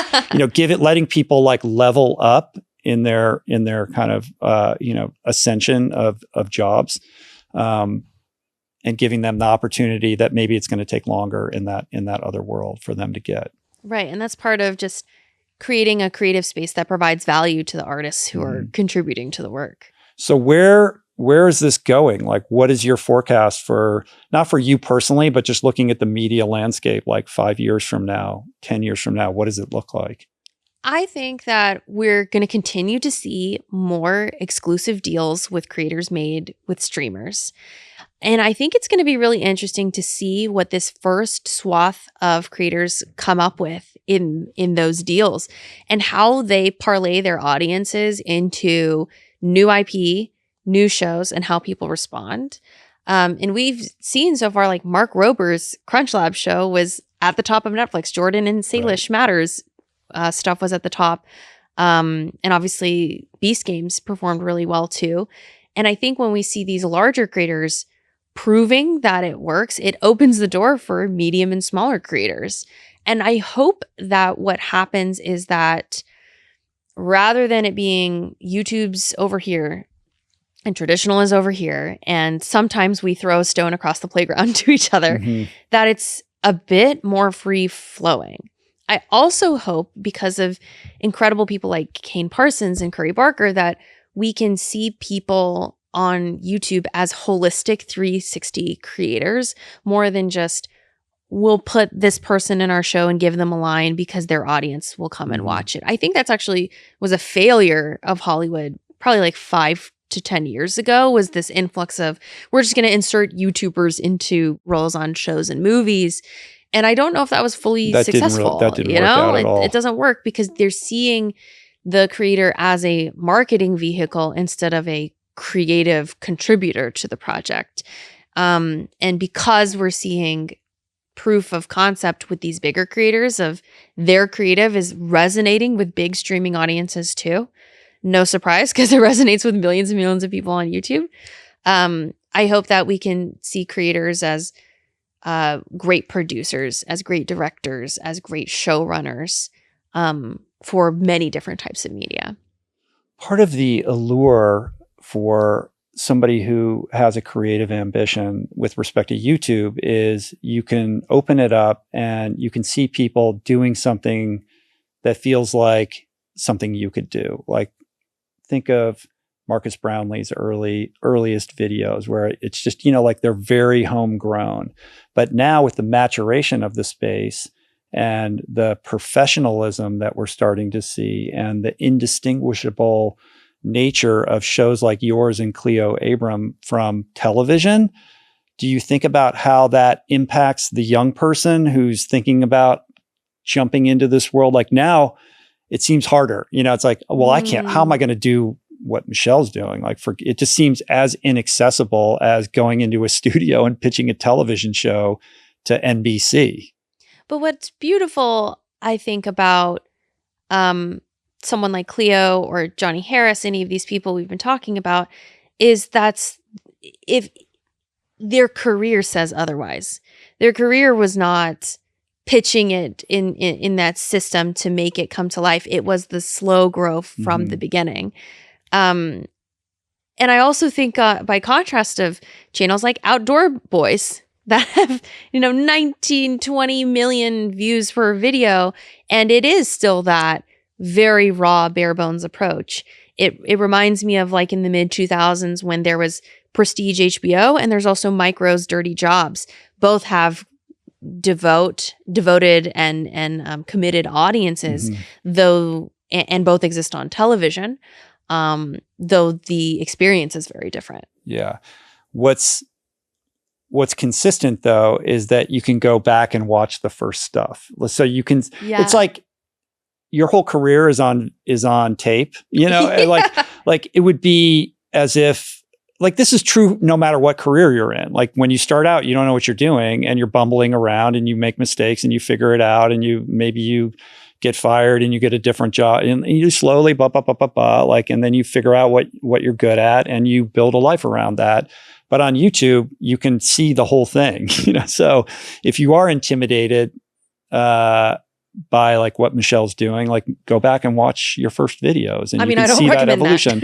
Right. You don't want people to do that, but it might make it easier for somebody to say, oh, it didn't happen overnight. It happened over all of these years and I can see the growth and how she improved with each one. And that's a lesson in and of itself. For sure. And it is easy to say now, I will acknowledge that, but I am so grateful for those early days of doing it all myself, because now, and we talk about this in our team, that the best leaders and department heads have worked every position every job. Under them, because now I know how to speak with an editor or a sound mixer or and help make their job easier. And I think like that helps people respect the leaders they're working for. Yeah. And the traditional filmmaking system, what's interesting is that, the director who's technically in charge of the creative vision is generally the least experienced person on the set. Which is crazy. Because they only get to do it like every so many years, and so many directors are first-time directors, and they surround themselves with all these people who are really good at their jobs, who have been doing this for decades, and they just go from set to set to set. And that director has to command the respect of a crew that knows a lot more about what they're trying to do than the guy who's in charge or the woman who's in charge. Yeah, I mean, we've all experienced having a manager who has never done the job they're asking you to do, and the tension that comes with that. So, yeah, I think like that's what makes like Garrett, for example, in my opinion, a really good director, because he's edited, he has done lighting, he's filmed, he still films. I think that connection to all parts of the production process ultimately makes you a better creator too. What have you learned about consistently and consciously placing yourself outside of your comfort zone to confront your fears? Like, what is the message that you want people to feel and understand about that? What is the value in doing that? The fear never goes away. It's like cold plunging. It's always going to be cold. Yeah. The fear never goes away. But what you can get better at is systematically understanding how to approach it every time. So, as we said at the beginning of the conversation, I'm a pretty anxious person. When I'm going off to do one of these challenges, I'm just as worried as everybody else watching of, have we thought of everything? Am I prepared enough? But the thing that I can control is educating myself, preparing myself. And so that is what I have gotten better at, for sure, is over time consistently approaching fear, just knowing, okay, preparing myself, it's going to be painful, it's going to be uncomfortable, I'm going to be embarrassed. None of that will ever change. And what is the call to action to the audience member or the person who has a different relationship with their own fears? Like, why walk through this fear? Like, what is somebody going to get out of it? How are they going to be transformed on the other side of that confrontation? Like, you've done this so many times and you know how it goes and what you feel like at the conclusion of one of these experiences. It doesn't always get easier, but the gratification and growth on the other side is just truly unmatched. That if you are truly pushing yourself outside of your comfort zone, there's no option but to grow. There really isn't. It's the only way to achieve growth, and it is inevitable. Even if you fail in the ultimate goal that you had originally, there will be a learning if you approach it appropriately. And so I just wish more people did it. I wish more people stepped outside of their daily lives and tried something new. I think it makes the world more empathetic.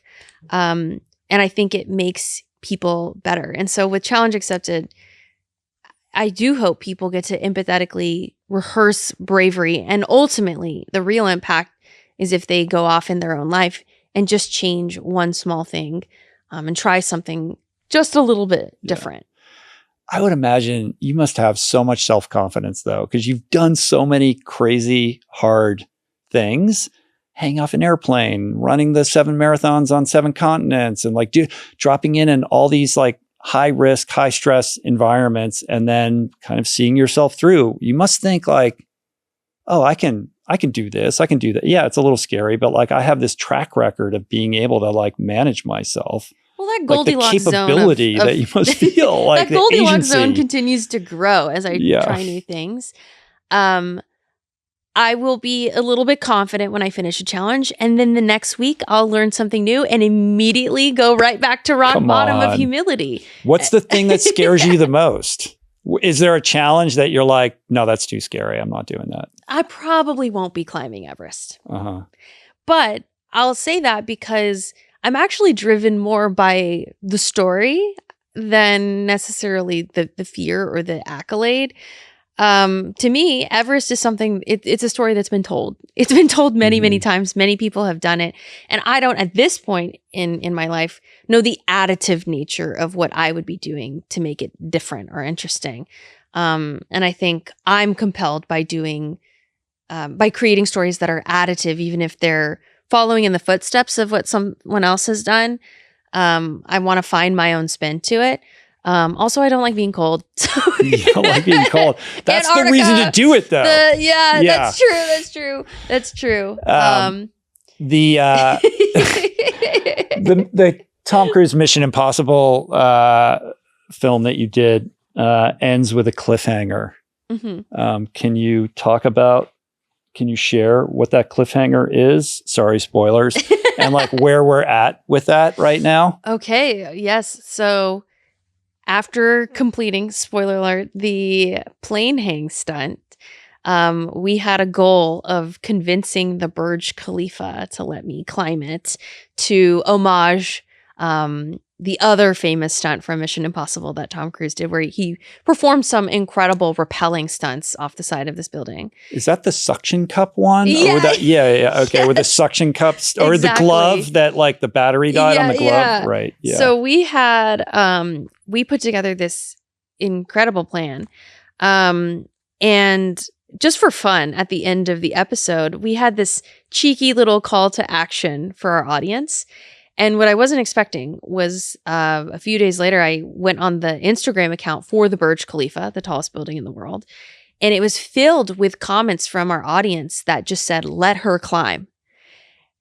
Hundreds of these comments. And I'm sitting there like, oh my gosh, this poor social media manager is probably like, who is her?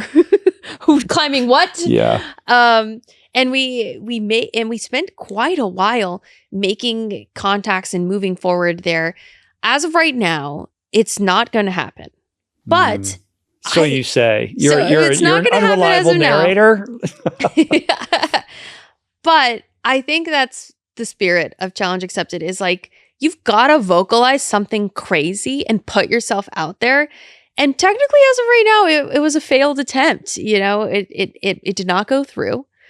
But I love just manifesting wild things out into the air. And This is also your sweet spot. Like, how do you overcome the no? yeah. All right. Well, the tallest building in the world, it's not going to happen right now. But what else can we come up with that's equally exciting? And the win and the exciting part was just seeing how many people were thrilled to potentially see it happen. I know that at one point they said no because they didn't think that you like were influential enough or something like you didn't have a large enough commanding a large enough audience. But is this latest no a different no? Like no, where it's not I guess safe? That's true. No, that's true. They've only let a handful of very influential people stand atop the Burj Khalifa, which was part of our request. And to that I say, please subscribe to the channel so we can okay. Yeah. But yeah, I mean, that was also like the same spirit of us vocalizing, we're going to go for an Emmy. That sounds crazy for an independent YouTube channel who's not a studio show to try and do. And Sure. at the time of this recording, we don't know what the results will be, but I think being brave enough to say it out loud is step one to confronting the fear and the obstacle of what's to come. And that's something I struggled with a lot before all of this. And now it's if you say it out loud, sometimes you're surprised with how many people come to that calling and I say, I want to help. I want to support. Let me see who I know in Dubai. Let me see what's possible.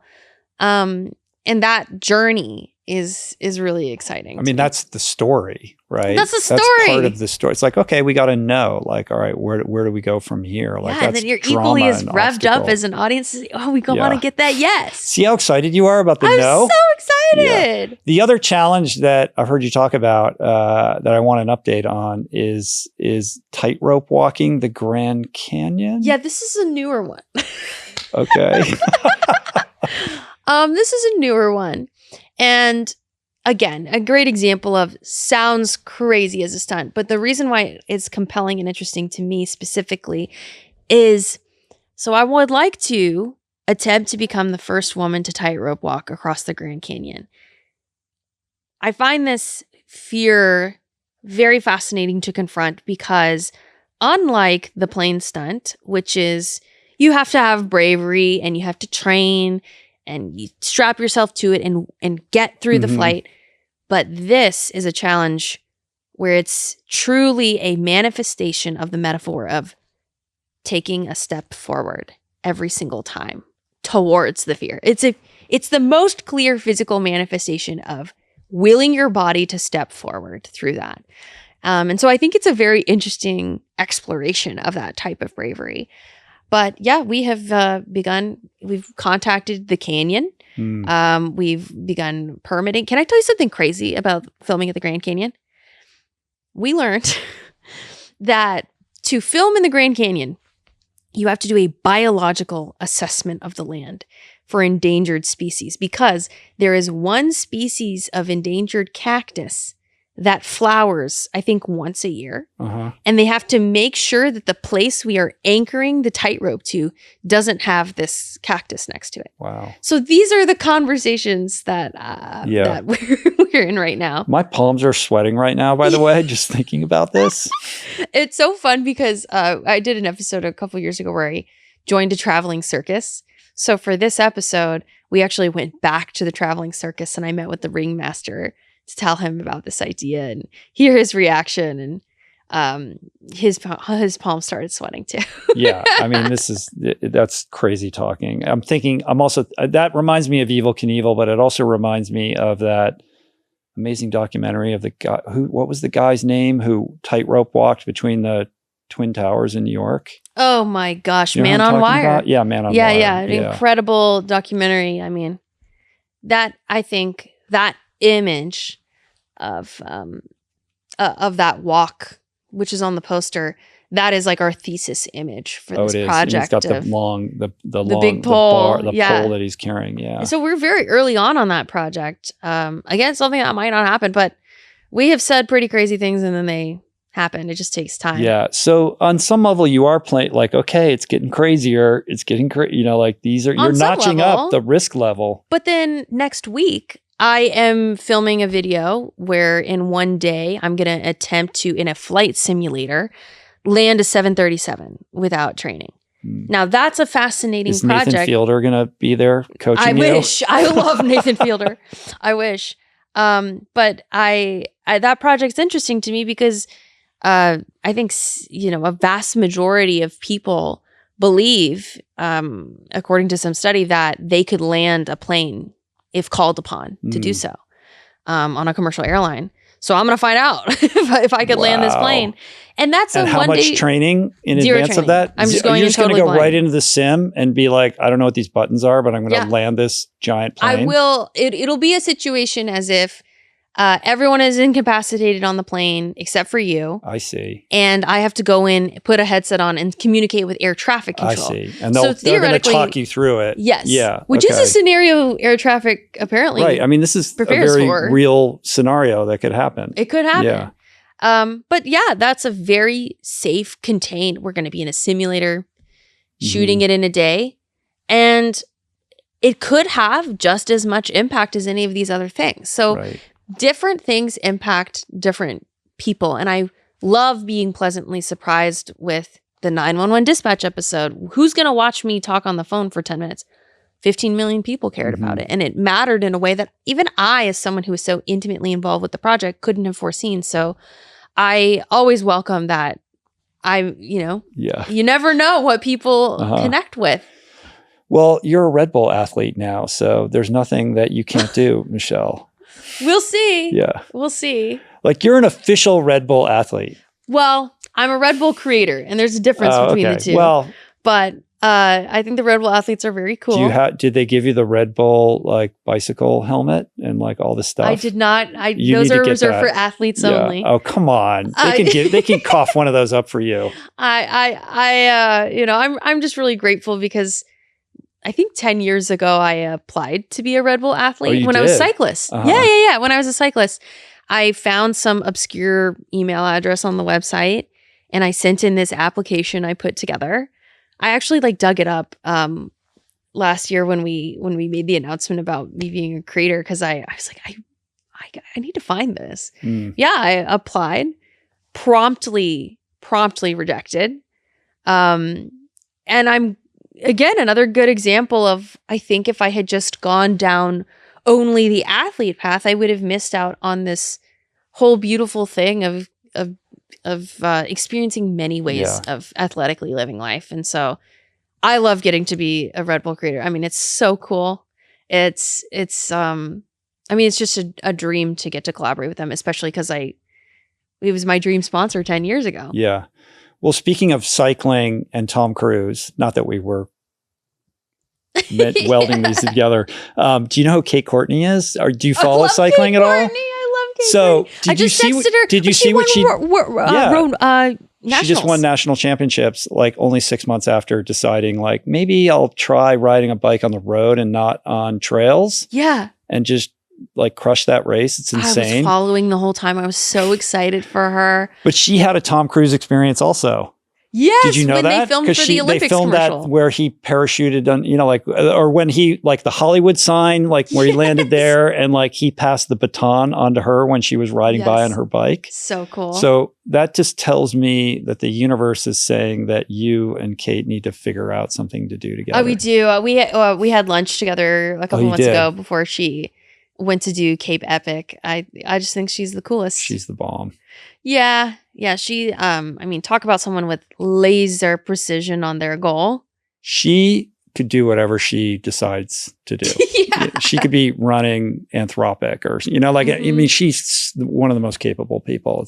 She's really extraordinary. Yeah. But there's a shared DNA here. I'm not surprised you had lunch with her. I love her.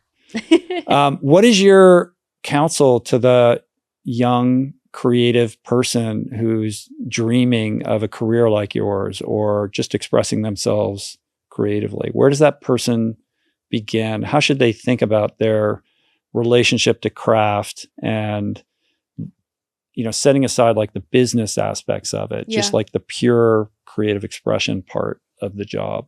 For the pure creative expression part of the job, I think it's about studying what has come before. Something that's cool about brainstorms for Challenge Accepted is, you know, people will come to a brainstorm and reference Apple TV's Widow's Bay, Survivor 50, and a meme on TikTok last week. Like that can all be in the same conversation because inspiration comes from everywhere. And so I think it's important to understand the history of visual medium. And just by watching it doesn't mean going to film school necessarily.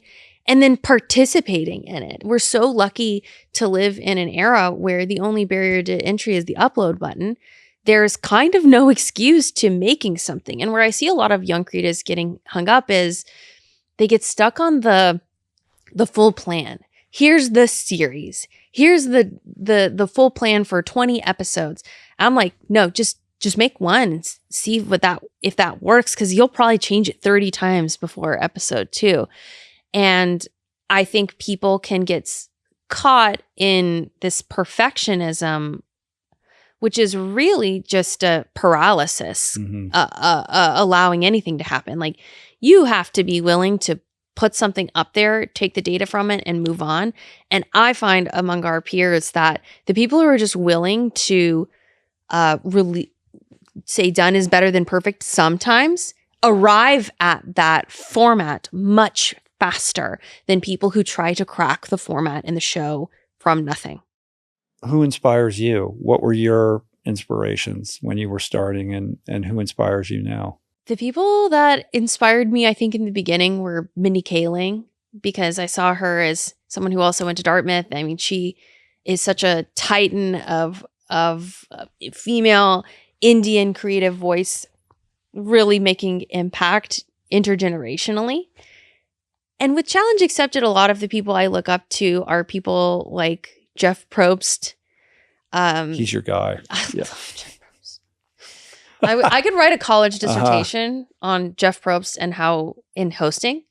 How many years has he been doing it? Since 2000, 26. So 26 years. So I think what he has done, helming a project for that length of time without distraction, and really inventing and reinventing constantly, is so admirable, in addition to the fact that he's just a phenomenal host. I mean, you watch him manage a tribal council and the way he is able to maintain neutrality while also progressing the plot, because that's the role of a host on a show like that, is to progress the plot for the audience. And I think, you know, someone might say, why is a host needed for a show like that? And I think it's because when you watch the contestants at the island in reality, you see who they are behind closed doors and whispering to each other. But what you see at Tribal Council, masterfully conducted by Jeff, is who are the contestants in front of an audience. And the dichotomy of those two things actually tells you a 2-part holistic story to the contestant's journey. I'm obsessed with this stuff. So Mindy Kaling, Jeff Probst, David Blaine, I think is, I'm not a magician, but I think his ability to hold presence and, as we were discussing earlier, go into hiding and then emerge with something truly fantastic is really admirable. And I mean, just as an endurance performer, what he has done is really one of one. So I love people who have crafted their own nucleus of one of one. Yeah. There's the fear that you confront in the challenge that ends up on screen, but there's also the fear that you're walking through with respect to how you're assembling the pieces behind the scenes in order to even be able to do the challenge. And you talked a lot about this with Tim Ferriss. Like, how do you, like, when you're trying to like execute some idea that involves getting the FBI on board, like, there's the fear of like, who do I contact? And like, how am I going to talk to these people and convince them to get on board? And I think you put on like a masterclass on like how to craft the cold email and how to like sort of talk to people and get them excited about your idea in the same way that you are. So people should all go listen to that or watch that, because I don't think we should replicate that. But I do want you to talk a little bit about that part of the fear, like the fear that you have to confront in order to confront the bigger fear that is the on-screen fear. I'll tell you an example from this week. We are working on a project where, if successful, we are going to fly a house with helium balloons, as we have seen in one of our favorite Pixar films. Pixar movie? Oh my God. We're going to do that in real life.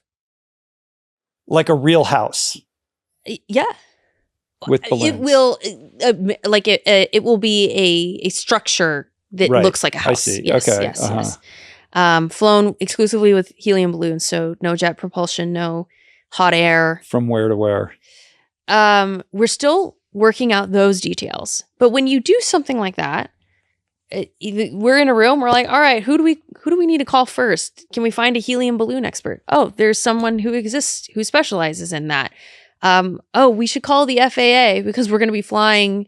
We need a special license. I think it's, what is it called? I'm going to forget.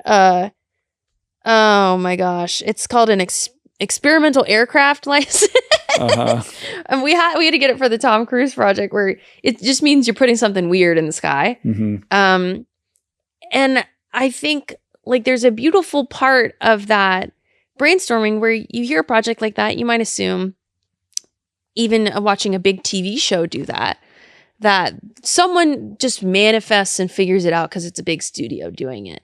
And what I've learned meeting a lot of producers who work on big studio things, it's the same process of you sit in a room and go through your Rolodex and think about, who do I know who knows somebody? Yeah, and so there's one person who's got to figure out who you're going to call. Yeah, exactly. And I think you have to have accept the grassroots part of it. I'm sure you've seen this too, Rich. Like, a lot of great business opportunities happen when you just text somebody that you know.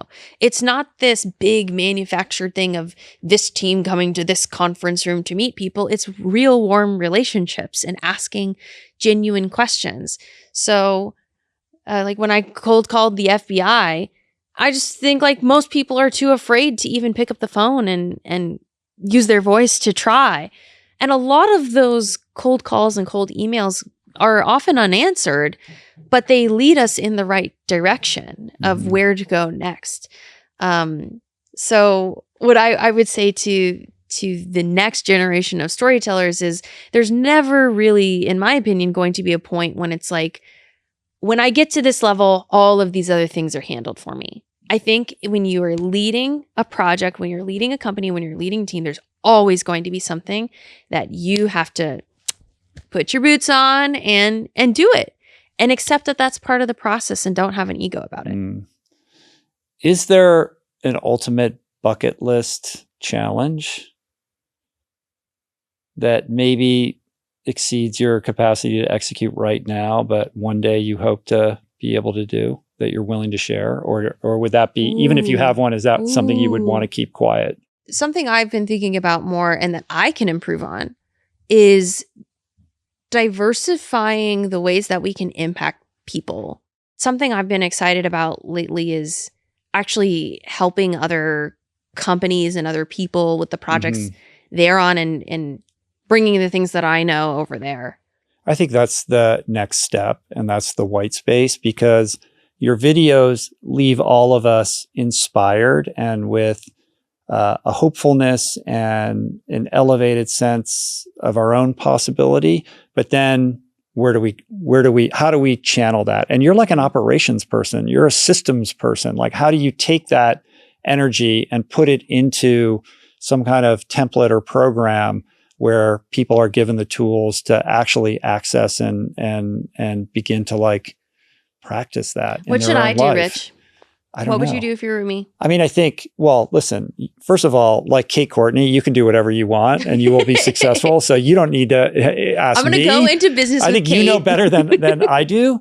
But I would imagine that, the corporate world would love to hear how they can train their workforces to be better teams, because you have such a good sense of the importance of team building and leadership, and also the relationship with fear and how that plays out in the workforce. And with the average person, how do we change our relationship with fear so that we can have a healthier relationship with our own growth and evolution and transformation? So it's that fear piece of walking people up to the ledge of confronting their own fears, because this is what you're consistently practicing and modeling for the world. And then we're like, okay, I should do that, but like how? A few people have asked me about writing a book, but it scares me. I don't think I can sit with my thoughts for that long. I think I would go insane. First of all, I don't have to tell you that means that this is a challenge you should accept. Oh my God. I don't know if it'll make for a good video. It'll probably be a really boring video. Like I'm afraid of writing a book and now I'm going to sit in the chair. Do you think a book is worth it in this year? I think it depends. I think that for someone with your stature and your kind of lot in life right now, it would be very easy for you to get a book deal and then sort of pawn it off on a ghostwriter and have them churn out some book that probably will hit the New York Times bestseller, but might not be a great book and might not really reflect what you're capable of sharing. At the same time, I think that you probably have an amazing book in you, but it's a book that you're going to have to write, and you're not going to be able to just like give it to somebody else and have them do the work for you. But if you decide that that is something that is worthy of your investment of time, and it's not easy and it's painful and long and all that kind of stuff, I think that there's something not only amazing that could come from that, but also durable. Like I do think that even in this age of, advancing AI, that there is something special about books in terms of their lasting capacity to impact people. I still every day get messages about Finding Ultra, which I wrote 14 years ago. So it would be unusual to get daily feedback on a video you made 14 years ago. Maybe if you made a movie or a television show, but there is something about books, just the physical media aspect of it alone, that withstand the test of time in our kind of recycled world of content churn, where everything you're looking at was uploaded the day before. Sometimes I don't know what additive I could bring to the space. Obviously, the experiences I've had are unique. But some of the tactics, I mean, I learned from Tim Ferriss, from Adam Grant, from Kim, all of these incredible other organizational thought leaders. Sure. And Adam Grant learned from XYZ and Tim learned from XYZ. Well, Adam has a research lab and he figures it out all himself with his subjects. These are convenient excuses to not have to confront this fear, Michelle. I don't want to. But I will say, maybe it's not the time yet. Okay. I'm not saying you should do it now. I feel like I'm still a student. But there will become a time. Yeah, maybe I think you could, if you wanted to write a book right now, you could write an excellent book. It would come out. It would do amazing. I think people want to like go behind the curtain. They don't necessarily, I wouldn't write a book about just here's all the crazy stuff I did. It would be more like, what are the videos not showing? And what are the lessons that you've learned that don't lend themselves to showing up in a video, but have some kind of valence that would be helpful to somebody who is struggling in their life. Okay. And maybe you just need to, bake that cake a little bit longer, but there is something there. And I would encourage you at the time that's right for you to explore that. I think I have a pretty good sense on what would make a great episode of TV or a YouTube video or short form piece. What for you is that gut instinct of that's a good idea for a book? How do you know? When I can't stop thinking about it. But I didn't think I was going to write another book. I was pretty convinced I wasn't until finally I kind of landed on something I wasn't expecting to that became like unshakable. But I haven't written a book for 14 years for a reason. Why? Because it was so nothing inspired me enough to, basically, tolerate the blood, sweat, and tears that it takes. Like it's super hard. So you have to want it, and it has to be an idea that you feel deeply, that you deeply need to share, because otherwise you're going to end up going through the motions. But I think that there's hidden gifts for you there. Okay. Yeah. Thank you for the wisdom. And I'm not saying you need to do it now. Again, like when the time is right for you, and when you feel like you have an idea that you're ready to express. Okay. And you'll know when that time comes. Just like when this is the next video that I'm going to make. That is so wise. Yeah. Thank you. All right. You're welcome. I'm glad that I was able to help you. I don't know if I did. You're the one who's inspiring me now. Gosh, you're leading so the charge. It was an absolute delight to have you here. And I wish you the best. And I can't wait to see your next video and to see what you're going to do. You're just bubbling with enthusiasm and motivation and inspiration, and you're having a real impact on the world. And I salute you, Michelle, and appreciate you spending time with me today. Well, thank you for inspiring me so much, Rich, and for inviting me into your world. It's crazy to see what's on the other side of this black void, by the way. I just assumed it was a 360 black void. There's other stuff over there, guys. There's people over there there's too. There's people. But this has been such a joy. Exploring this. And maybe next time we'll be able to have lunch together, and Oprah won't be invited to that lunch. Okay. Yeah. I would love to have lunch with you. Okay, great. Let's do that. Thanks, Michelle. Appreciate it. Thank you. Peace.